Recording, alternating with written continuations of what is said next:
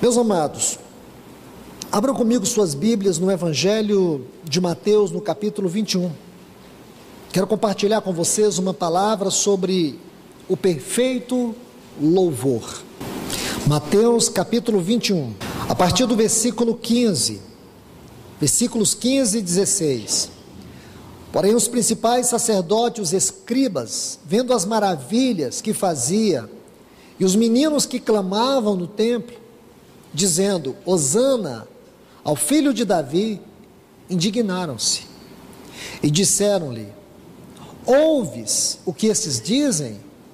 E Jesus lhes disse: sim, nunca lestes: pela boca dos pequeninos e das crianças de peito tirastes o perfeito louvor. Vamos orar. Amado Deus, no nome do teu eterno Filho Jesus, pedimos que o Senhor nos traga neste momento, do teu glorioso trono, uma palavra de vida, uma palavra que nos ajude a tocar a essência deste assunto que o nosso Senhor nos diz na sua palavra, o perfeito louvor. Porque isso é tão importante, Senhor, para a nossa vida como igreja, como pessoa. Nos ajuda, Deus. Em nome do teu Filho Jesus, nos ajuda. Amém. Bem, meus irmãos, que tema maravilhoso é este? O perfeito louvor. Esse assunto louvor, assunto música, assunto adoração, é um assunto que requer de nós uma consideração estritamente bíblica. Se nós não entendemos o que é louvor, o que é adoração, a nossa deficiência quanto ao conhecimento de Deus é algo que é visivelmente notado. O que nós vemos de maneira geral sobre música, sobre louvor, sobre adoração, de maneira geral, é tudo aquilo que contraria a Bíblia. Louvor, música hoje, adoração gospel hoje, é uma questão que visa unicamente satisfação das pessoas e não de Deus. É gritante os desvios teológicos, doutrinários, bíblicos, no assunto música cristã. É algo que é feito para satisfazer um mercado consumista. Não tem nada a ver com o celestial. Jesus é apenas uma marca, um produto que vende porque tem consumidores. Então a gente vê hoje que a questão da música, da adoração, ela está totalmente dentro desse evangelho degradado, apostata, caído, que nós temos visto nos nossos dias. E nós precisamos ser sérios neste assunto, porque é deste assunto que Lúcifer entende. Se você estuda seriamente a questão da adoração, você vê que antes da queda de Lúcifer, ele era um instrumento muito importante no que concerne a adoração celestial, e ele caiu, e ele entende bem sobre o que não é adoração, e como perverter a adoração, porque neste assunto ele servia, e é o que ele mais tem feito, irmãos, é perverter a adoração cristã. Essa adoração pervertida não deve estar nos nossos lábios. Irmãos, você vê em Gênesis capítulo 4, olhe bem, que coisa interessante, um princípio que nós temos aqui, sobre o adorador e adoração. Eu vou ler os textos com vocês.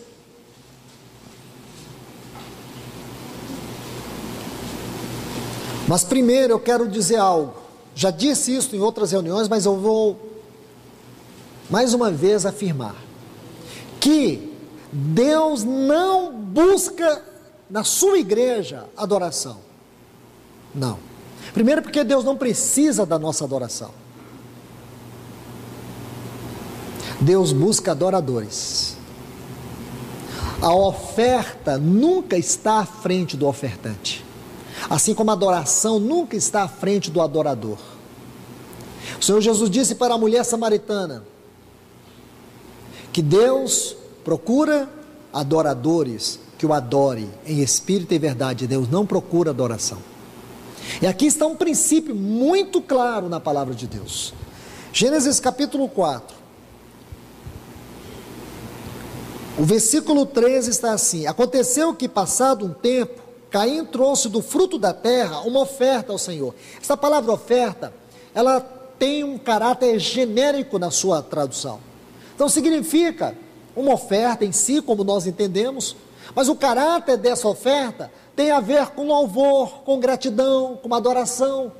Porque, se você observa, a oferta de cada um deles consistia de coisas comestíveis. O cordeiro sacrificado, o melhor da terra que Caim colheu.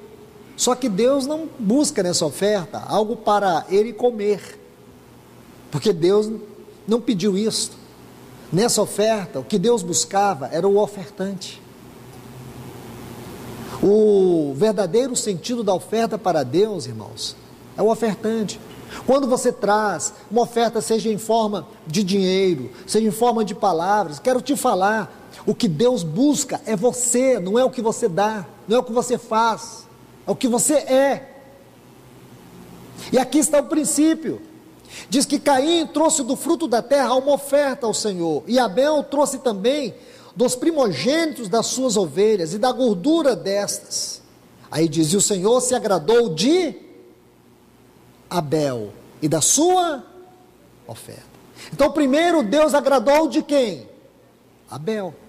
Porque se Deus não tivesse agradado de Abel, Deus não teria agradado da sua oferta. Ou seria o caso de dizer assim: Deus agradou de Abel e não agradou da sua oferta. Deus não agradou de Caim, mas agradou da sua oferta. Não. Deus agradou de Abel, consequentemente agradou da sua oferta. E diz: mas não se agradou de Caim nem da sua oferta. Está vendo aí? Palavra simples, porém clara. A oferta e o ofertante estão intimamente ligados. Nós aqui estamos no momento de adoração. Tivemos aqui um momento precioso de adoração. Cantamos canções com letras preciosas, lindas ao Senhor. Agora, o quanto disso foi adoração ao Senhor? Nós temos uma visão congregacional, porém Deus tem uma visão pessoal. Muitas vozes se levantaram para cantar o Senhor. E o quanto deste cantar ao Senhor é a minha oferta de adoração? Como que eu posso entender isso? Como eu posso saber que verdadeiramente esse tempo aqui de adoração foi algo puro, santo e verdadeiro diante do Senhor? Será que Deus agradou deste louvor? Então não vamos procurar ter uma visão congregacional, vamos procurar ter primeiro uma visão pessoal. Nós não podemos nos infiltrar no meio da multidão e dizer assim: que louvor maravilhoso, eu estava lá. Não existe essa coisa, louvor maravilhoso. Quem aqui pode avaliar o louvor? Quem aqui? Quem aqui está à altura de dizer: esse louvor aqui é maravilhoso, esse louvor aqui é santo, esse louvor aqui é glorioso? Quem? Ninguém, irmãos. Nós podemos avaliar nosso gosto, nossa preferência. O irmão tocou instrumento muito bem, que voz linda, é o máximo que nós podemos dizer. E sabe o que isso espiritualmente representa? Nada. Nada. Avaliar a voz de uma pessoa, avaliar o instrumento, isso, irmãos, está numa esfera muito natural. Porque nós não ministramos numa esfera natural, nós não ministramos num tabernáculo natural, Hebreus diz que nós ministramos num tabernáculo superior, num tabernáculo celestial. E a adoração não é feita no natural, a adoração é feita em espírito e em verdade. A palavra verdade aqui é realidade. Então pode ser bonito, pode ser um instrumento muito bonito, pode ser o melhor cantor. Para Deus isso não representa nada, é a oferta de Caim. A oferta de Caim, do ponto de vista humano, poderia ter sido a melhor coisa, mas para Deus não valia nada. Porque primeiro, Deus buscou Caim, não sua oferta. A oferta de Caim deveria ser a consequência da sua vida. Então, quando Deus não aceita Caim, Ele não aceita a sua oferta. Se Deus não me aceita, Ele não aceita também o que eu canto. E eu posso fazer o meu melhor. Irmãos, veja, você acha que Caim não trouxe o melhor para o Senhor? Eu acredito que ele trouxe o melhor para o Senhor. E por que que o Senhor não aceitou a oferta de Caim? Porque o Senhor não aceitou Caim. Quando o Senhor não aceita a minha oferta, é porque Ele não está me aceitando. E eu sei, irmãos, eu sei, não é o que eu estou cantando para o Senhor, eu sei o que eu sou para o Senhor. Eu sei do meu amor por Ele. Eu sei das minhas noites, onde eu passei, qual o tempo que eu passei aos pés dEle. Eu sei do amor que eu tenho para a sua palavra. A comunhão que eu tenho com o Senhor, a comunhão que eu tenho com a palavra, a comunhão que eu tenho com os irmãos. Esses fatores são importantes. Então, se eu não tenho comunhão com Deus, se a minha comunhão com Deus é uma coisa tão superficial, se a minha vida espiritual é tão esquelética, tão fraca, é tão medíocre, se a minha relação com a palavra de Deus é uma coisa tão distante, aí agora eu pego, tiro do meu peito a melhor música e canto para o Senhor. Isso é a oferta de Caim, Deus rejeita. Então não se iluda. Não se iluda, irmãos. Deus não vai mudar em detrimento a ninguém, irmãos. Ele é santo, Ele é sério, e Ele aceita do seu povo aquilo que é feito, não para persuadi-lo. Deus não aceita aquilo que a gente faz o melhor para Deus, e depois Deus reprova tudo.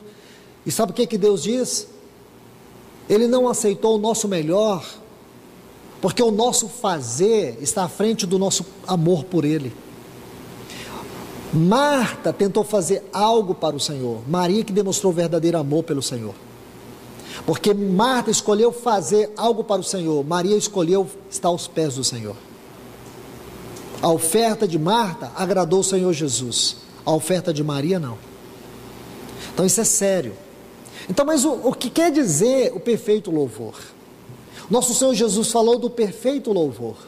Que perfeito louvor é esse? Ele disse que da boca das crianças suscitastes o perfeito louvor. Ele diz, não lestes? Onde é que está escrito isso? Você já leu? Aonde realmente está escrito isso?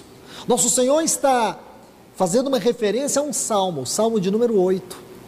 Então vamos entender a revelação disso, irmãos, porque não é uma coisa tão simples como você pensa. O que é o perfeito louvor? O que é o louvor diante de Deus? Quais são as credenciais desse verdadeiro louvor? O que ele representa nos céus? O que ele representa na terra? Louvor, escute bem, louvor, o verdadeiro louvor, a verdadeira adoração, não é uma coisa qualquer. Eu vou repetir isso para você. A verdadeira adoração não é uma coisa qualquer, não é uma coisa que tem a ver com estilo, porque hoje, irmãos, a coisa está tão profanada, tão degradada, que hoje existem tantos estilos, estilo isso, estilo aquilo, alguns gostam de funk, outros rock, e assim, todo estilo para tentar fazer a verdadeira adoração. Eu quero te falar que a verdadeira adoração não tem muitos estilos, ela só tem um estilo. E sabe qual é o único estilo da adoração? Estilo de vida. É estilo de vida. Não é estilo musical. É estilo de vida. Você pode cantar o melhor rock.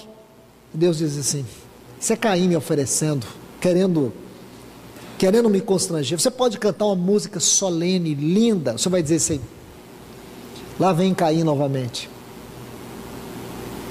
Caim é adâmico, caído. Qual foi a próxima reação de Caim no texto? Irou-se, iracundo. Havia morte dentro dele, havia ódio dentro dele. É com esse coração de ódio, de pecado, que ele ofereceu um culto para Deus.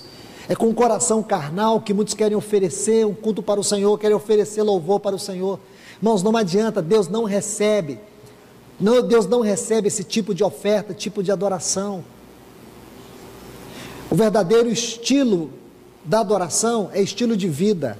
O que a sua vida fala em termos de comunhão com Deus, em termos de comunhão com a palavra, em termos de comunhão com a igreja? O que a sua vida fala?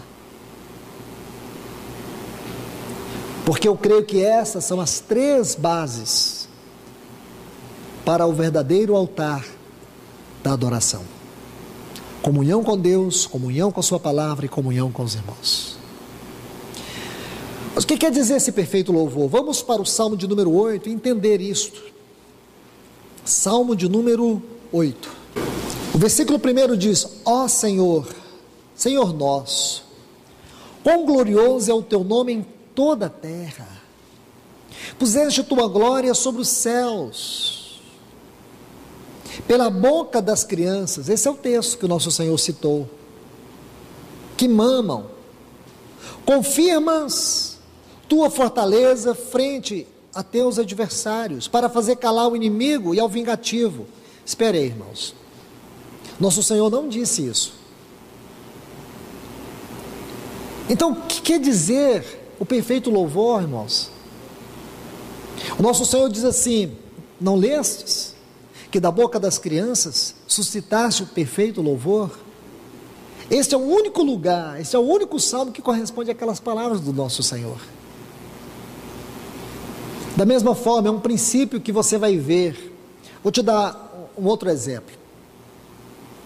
Efésios capítulo 4, os versículos 8 e 9, Paulo, ele vai citar o Salmo de número 68, 18.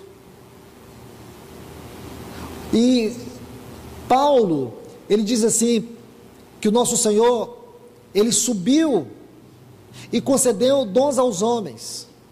Já o salmista, o Salmo 68, 18, ele muda e diz: concedeste homens como dádivas. É o mesmo texto. Não é que um texto contradiz o outro. É porque nós temos que compreender, irmãos, que um escritor não contradiz. Quando existe esse parafrasear, nós estamos lendo a palavra de Deus. Nós não temos aqui palavras de Deus. Toda a escritura é a palavra. De Gênesis a Apocalipse é uma palavra. Então quando você pega uma parte aqui, pega um pouco ali, você junta, você vai ter a revelação completa. Nosso Senhor, ele sintetizou esse texto. E olha que foi o nosso Senhor, porque ele é a palavra por excelência. Então ele parafraseou esse salmo. E é nesse parafrasear que nós temos a grande revelação. O perfeito louvor está aqui, irmãos, pela boca das crianças, dos que mamam. Confirmas tua fortaleza frente aos teus adversários, para fazer calar o inimigo e ao vingativo. Quando existe o perfeito louvor, irmãos, isso aqui acontece. A tua fortaleza frente aos adversários. Quando existe a verdadeira adoração, irmãos, existe dentro de nós uma expressão de autoridade, de glória, de experiência de autoridade, de poder.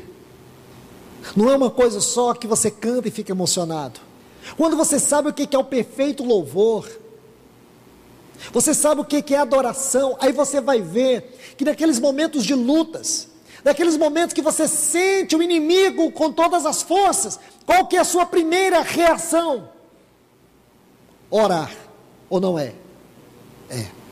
Você espera ver o resultado para depois adorar. Porque a nossa adoração é sempre uma resposta ao que Deus faz para nós. Errado. A nossa adoração deve ser uma resposta àquilo que Deus é para nós, e não àquilo que Ele faz. Muda tudo ou não, irmãos? Muda. Porque nós passamos a adorar a Deus por aquilo que Ele é pode estar tudo ruim, pode estar tudo desmoronando, mas nós nos colocamos diante dele e o adoramos, porque esse é um ato de fé, é um ato de quem crê. Você pode não ver, mas você o adora, porque você nos seus ouvidos recebeu a palavra da vida, e a palavra da vida, que é este evangelho, diz que ele é o Deus Todo-Poderoso, o Senhor nosso. Olha o que diz o salmista: ó Senhor, Senhor nosso, ele é nosso. Somente o povo de Deus pode dizer que tem um Deus.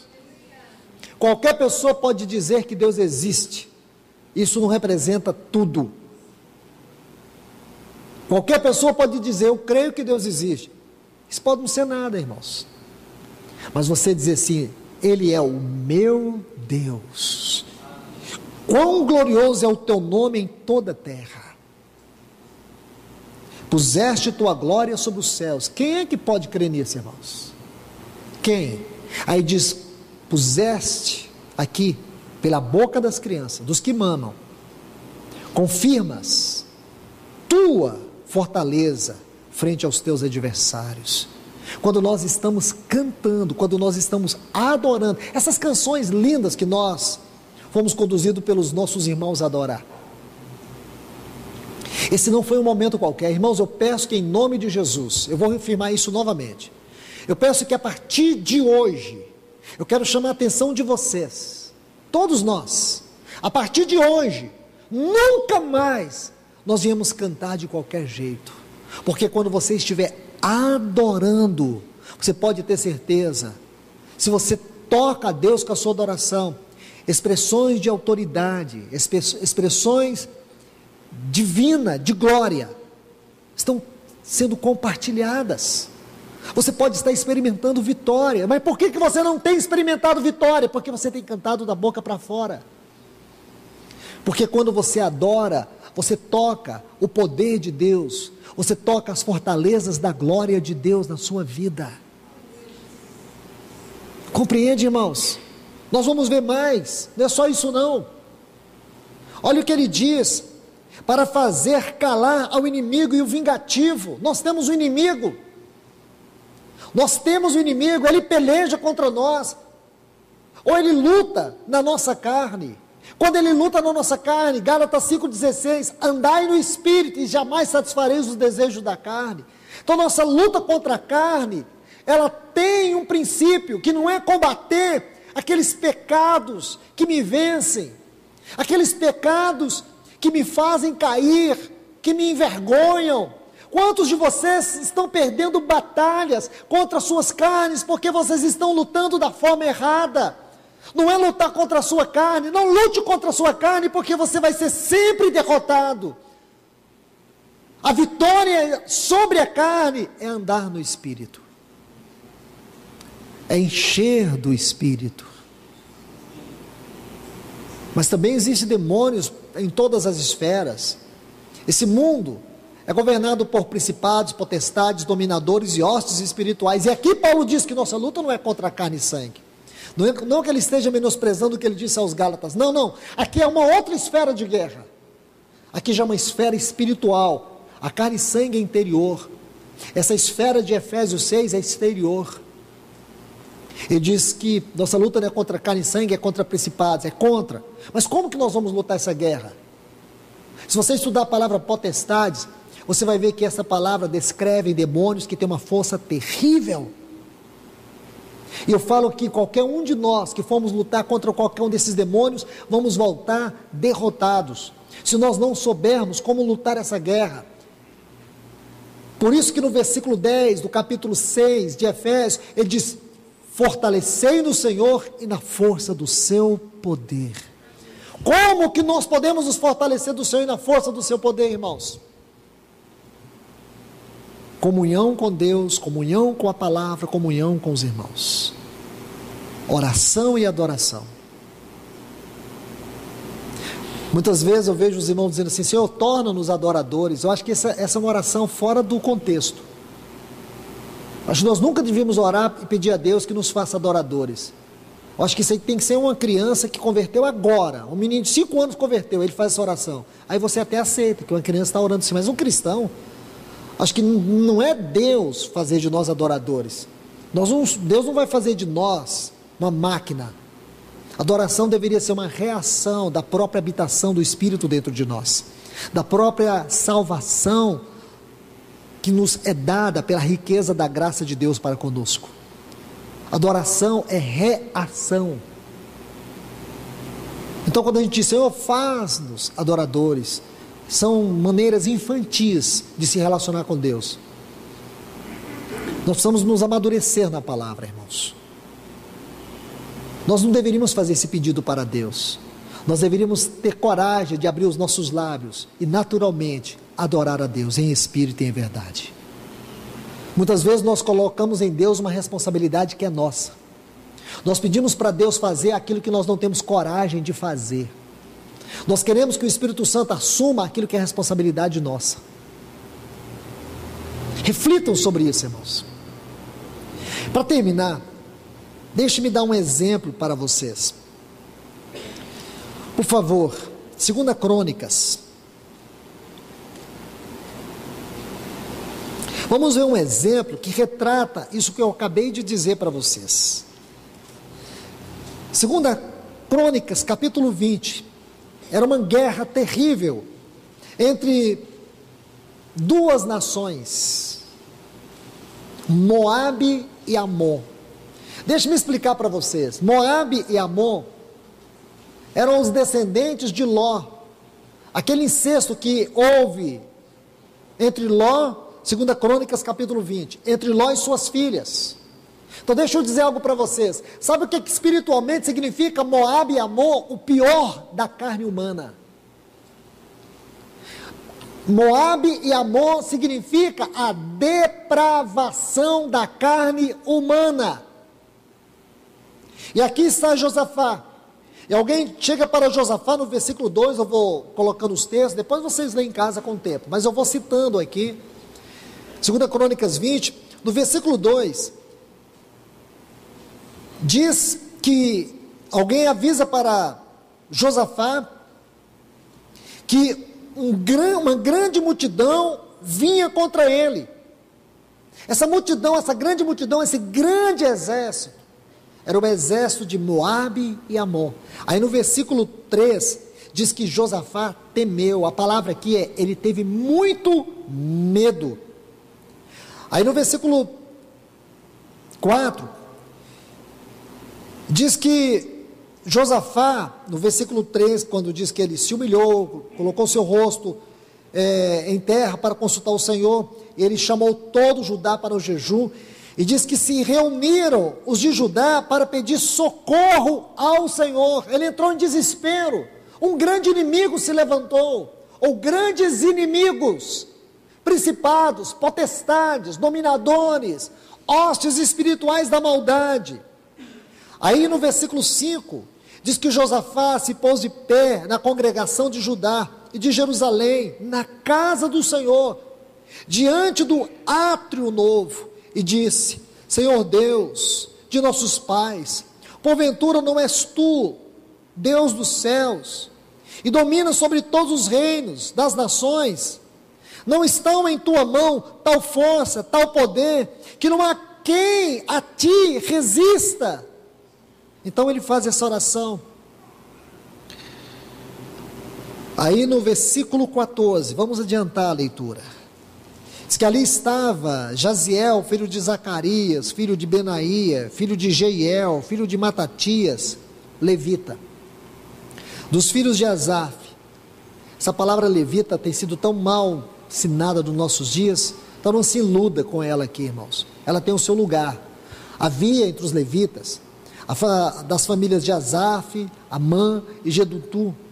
Essas famílias foram separadas por Davi, para que eles ministrassem no tabernáculo, aquele tabernáculo que ele restaurou a arca para o seu devido lugar. Ele colocou esses cantores que se revezavam dia e noite cantando ao Senhor em turnos dessas 3 famílias. Aí diz que ele era da família de Asaf, então era das famílias de Asaf, Amã e Jedutum. Aí diz assim: sobreveio o Espírito do Senhor no meio da congregação. Que lindo, irmãos!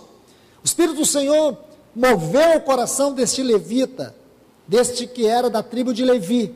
Então, levita é alguém que é da tribo de Levi. Porque você pode pensar que, mas ele é de Asaf, mas as famílias de Amã, Asaf e Jedutum eram da tribo de Levi. E disse: ouvi todo Judá, e vós moradores de Jerusalém, e tu, ó rei Josafá, assim diz o Senhor: não temais, nem vos assusteis por causa desta grande multidão, porque a guerra não é vossa, senão de Deus. Descei amanhã contra eles, e eis que eles subirão pela ladeira de Ziz, e os acharei no fim do vale, diante do deserto de Jeuel. Vós não tereis de pelejar neste caso. Parai-vos, estáis quieto, e vede a salvação do Senhor para convosco. Ó Judá e Jerusalém, não temais, nem vos assusteis. Amanhã saí contra eles, porque o Senhor será convosco. Então Josafá se curvou com o rosto em terra, e também todo Judá e os moradores de Jerusalém se curvaram diante do Senhor e adoraram ao Senhor. E levantaram-se os levitas dos filhos de Coate, dos filhos de Coré. Lindo isso aqui, irmãos. Filhos de Coré. Você sabe quem são esses filhos de Coré? Sabe a história deles? Comece a ler ali a partir do Salmo de número 84. Vocês vão ver o Salmo de número 42. Vários dos salmos são desses filhos de Coré. Esses meninos, é claro que aqui são outras gerações dos filhos de Coré. Mas o que é curioso é a história desses filhos de Coré. Uma das situações mais negras da história de Israel tem a ver com Coré. Se você se lembra, Números capítulo 16, 3 homens se levantaram contra a autoridade de Deus, contra a vida de Moisés e Arão. Coré era um deles, um dos principais. Datã, Coré e Abirão. Esses 3, eles eram príncipes entre o povo, um dos principais. E a Bíblia diz, irmãos, que esses homens afrontaram a autoridade de Deus. E, mais ainda, se você continuar lendo, você vai ver, a partir do capítulo 16, no versículo 33, diz que a terra abriu e tomou Coré, com todos os seus, 250 pessoas das famílias de Coré. Triste isso, irmãos. Das famílias de Datã, das famílias de Abirão, 250 pessoas. Eles desceram vivos. Mas depois nós ficamos sabendo que nem todos os filhos de Coré morreram. Nem todos os filhos de Coré. Deixa eu te mostrar isso aqui, porque tem que ser bem rápido, senão a gente não vai poder tocar todo o assunto. O capítulo 16 de Números, versículo 32, diz: e a terra abriu sua boca e os tragou com suas casas, como também todos os homens que pertenciam a Coré. Olha essa frase, todos os homens que pertenciam a Coré. Agora, por favor, o versículo 20, o capítulo 26, aqui de Números, e o versículo 11. Vamos ler o 10 e o 11. Quando a terra abriu a boca e os tragou com Coré, quando morreu aquele grupo, quando o fogo consumiu 250 homens, que se tornaram por escarmento, mas os filhos de Coré não morreram. Que lindo isso aqui, irmãos.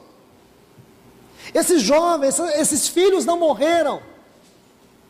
Eles viram a terra abrir e seus pais descerem vivos, mas os filhos de Coré não morreram. E o que eles se tornaram?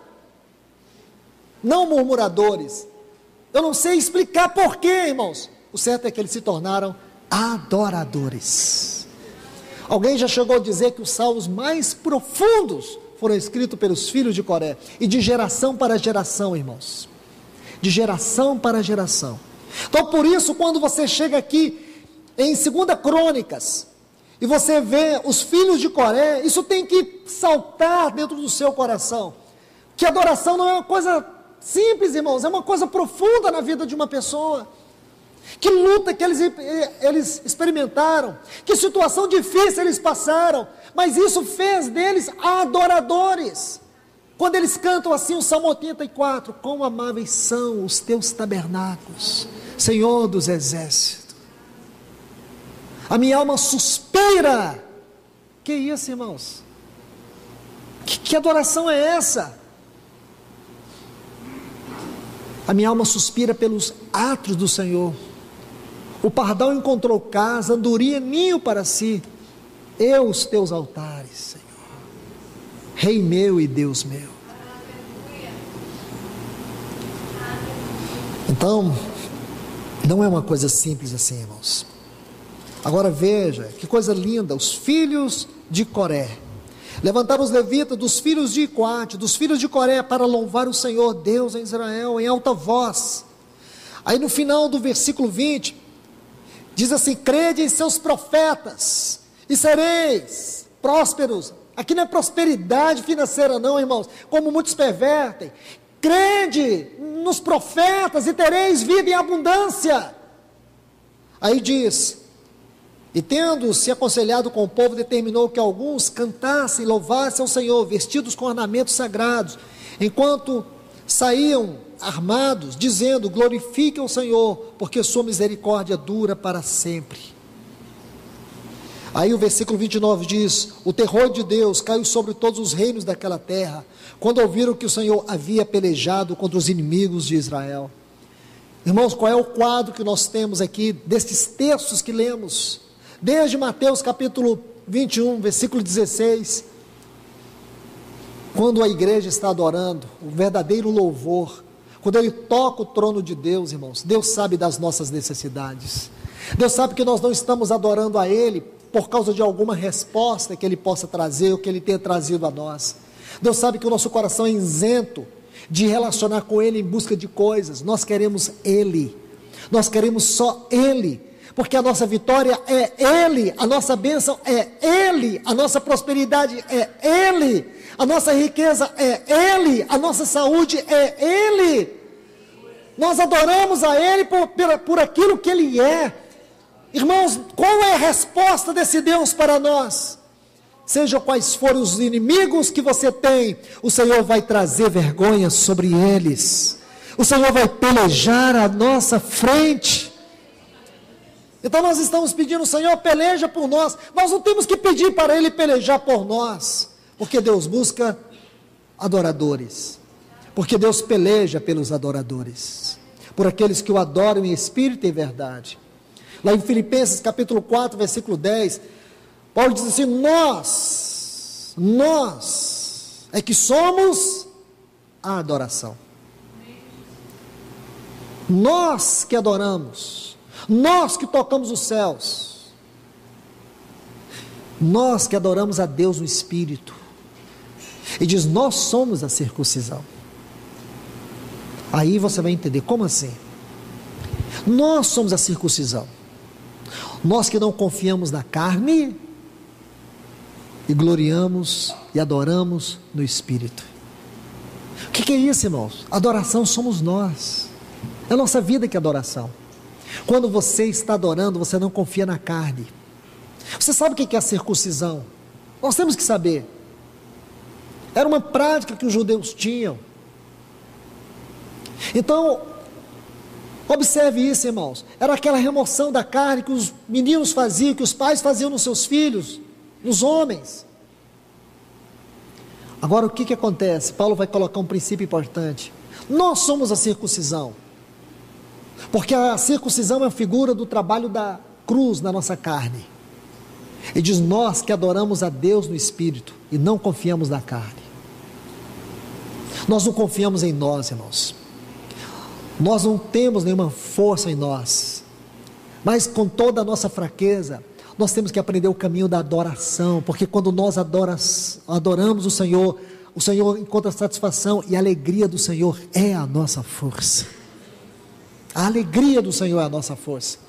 Quando nós estamos adorando de verdade, uma adoração verdadeira, a oferta de Abel, a oferta que fala, esta oferta que fala é adoração. Adoração tem que comunicar verdade em espírito e em verdade. Irmãos, é uma profanação um cristão tentar cantar sem adorar. Digo mais, é uma profanação absurda. É o cúmulo do pináculo do absurdo. É um cristão cantar uma música para Deus sem adorá-lo. É uma blasfêmia à glória de Deus. Nenhum cristão deveria abrir a sua boca para cantar de qualquer maneira, ou tocar de qualquer maneira o instrumento. Irmãos, que o Senhor nos leve à adoração, que nunca nós venhamos nos reunir se não for para dar a Deus o melhor da nossa adoração. Como eu gostaria, irmãos, que nós tivéssemos muito mais tempo para cantar todas essas canções que os nossos irmãos nos levaram a adorar nesta noite, e tantas outras. Fazer isso em espírito e verdade, com o coração que toca ao trono de Deus. É isso que nós precisamos, irmãos, experimentar o poder de Deus na adoração. Mas não é o poder que vem e enche a nossa vida, é aquele poder que batalha contra todos os inimigos. Você está enfrentando uma luta, você está enfrentando uma dificuldade, você está passando por um momento difícil, e você tem orado, amém. Mas eu quero te falar o quanto você tem adorado em meio a essa luta. Quanto tempo você tem se colocado diante do Senhor, em espírito e em verdade, procurado tocar Ele. Nós somos mais murmuradores do que adoradores, irmãos. E muitas vezes a nossa oração não consegue tocar a realidade da fé, porque nós oramos tentando constranger Deus. Adoração é diferente, irmãos, porque quando na nossa oração tem adoração, é o verdadeiro ato da fé. É como se você dissesse: Senhor, eu quero te pedir isso, eu sei que é difícil, é impossível, eu não consigo, e nem mereço, mas eu preciso, eu necessito. Mas se o Senhor não me responder, eu quero ainda te dizer que tudo que eu vim aqui fazer for ganhar mais de ti. Eu posso não ter a resposta do que eu estou orando, mas se o Senhor continuar sendo a minha resposta, tu és tudo o que eu preciso. Se essa doença, se esse problema persistir, não me importa. Me importa é se o Senhor continua ainda me ouvindo, e se eu ainda posso dizer que eu te amo, que eu te amo. O Senhor pode não responder nenhuma das minhas orações, e eu vou continuar te amando para sempre. Não importa o que eu tiver que enfrentar e o que eu tiver que passar, eu ainda vou orar, mas eu quero mais, é te adorar pelas lutas, te adorar pelas orações que ainda não foram respondidas, porque a nossa fé não é uma fé que busca resposta, a nossa fé é uma fé que busca Deus. Deus. Eu nunca vou me esquecer do irmão John Davis, irmão que morreu de lepra, morreu leproso, irmãos. Então foram cortando as mãos dele, foram amputando os pés. Então enquanto ele tinha uma mão, ele escrevia, aí cortaram uma mão dele, ele continuou escrevendo, depois cortaram o pé, ele continuou escrevendo, só hinos para o Senhor. Depois cortaram as duas mãos, ele continuou cantando para o Senhor, ele nunca parou de adorar. Se coloca um irmão desse no século XX, é uma vergonha para a igreja. Não, esse irmão, ninguém quer esse irmão como membro, porque esse irmão é o verdadeiro símbolo do fracasso. Será, irmãos, que a nossa vida só se limita a esta vida? Será que a nossa vida é uma propaganda para aquilo que o mundo quer ver? Lembre-se como o nosso Senhor Jesus morreu. Ele morreu a mais vergonhosa de todas as mortes. Ele foi um escárnio. Quem deu crédito à nossa pregação? O mundo não crê. Mas para nós ele é o tesouro escondido. O mundo não pode ver sua glória, mas nós sabemos a glória que ele tem.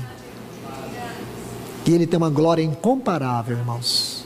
O mundo pode não recebê-lo, Mas se nós o recebemos, nós sabemos que Ele é a pérola de grande valor.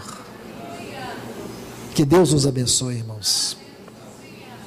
Senhor, nós te louvamos, nós te adoramos, nós te bendizemos. Quão grande é o teu nome, Senhor. Só o teu Espírito Santo pode abrir nossa mente, pode tocar o nosso coração com esta palavra, e que dos nossos lábios possa fluir o perfeito louvor. Senhor, nós te louvamos pelos instrumentos que o Senhor tem colocado aqui nessa comunidade de irmãos, que tem nos ensinado, que tem nos levado à adoração durante todos esses anos. E muitas vezes nós temos insistido nem em aprender, nosso cantar é tão frio. Senhor, ajuda-nos nesta noite, que esta palavra abra os nossos olhos espirituais, que nós venhamos aproveitar cada oportunidade de comunhão com os irmãos e rasgar o nosso coração em louvor a Ti, Senhor, porque a nossa canção não é o que cantamos para o Senhor, nossa verdadeira canção é o Senhor, o nosso verdadeiro louvor é o Senhor. Por isso nós te damos toda a honra e toda a glória nesta reunião. Queremos agora, Senhor, nesta mesa, comer deste pão e beber deste cálice, com um coração cheio de adoração para o Senhor. Glórias ao teu grande nome, Jesus. Amém.